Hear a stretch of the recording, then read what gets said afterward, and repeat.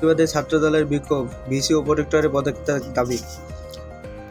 দুর্বৃত্তদের শিক্ষা খাতে ঢাকা বিশ্ববিদ্যালয়ের ঢাবি হল শাখার ছাত্রদলের নেতা শাহরিয়ার আলম সাম্য নিহতের ঘটনায় বিক্ষোভ মিছিল করেছে কেন্দ্রীয় নেতাকর্মীরা। ছাত্রদল সভাপতি রাকিবুল ইসলাম রাকিব ও সাধারণ সম্পাদক নাসির উদ্দিন নাসিরের নেতৃত্বে মঙ্গলবার দিবাগত রাত 2টার দিকে ঢাকা মেডিকেল কলেজ থেকে তাৎক্ষণিক মিছিল বের করেন তারা।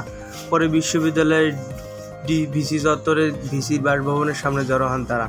মিছিলে আরও ছিলেন ঢাবি ছাত্রদলের সভাপতি গণেশচন্দ্র রায় সাহস, সাধারণ সম্পাদক নাহিদুজ্জামান শিপন সহ বিভিন্ন পর্যায়ের নেতাকর্মী। এ সময় ছাত্রদল সভাপতি বলেন, ঘটনাস্থলে বহিরাগত 20 থেকে 30 জনের একটা জটলা ছিল। পায়ে সামান্য একটু আঘাত পাওয়ায় তারা উগ্র আচরণ করে। কথা কাটাকাটির এক পর্যায়ে সাম্যকে উপর্যুক্ত হামলা চালায়। তিনি আরও বলেন, এ ঘটনায় পুলিশ এসেছে এবং বিশ্ববিদ্যালয় প্রশাসন এসেছে। তারা আমাদের আশ্বস্ত করেছে ঘটনার সঙ্গে জড়িতদের ধরতে কাজ করছে। রাতের মধ্যেই হয়তো জানতে পারবো প্রকৃত ঘটনার কারণ কী।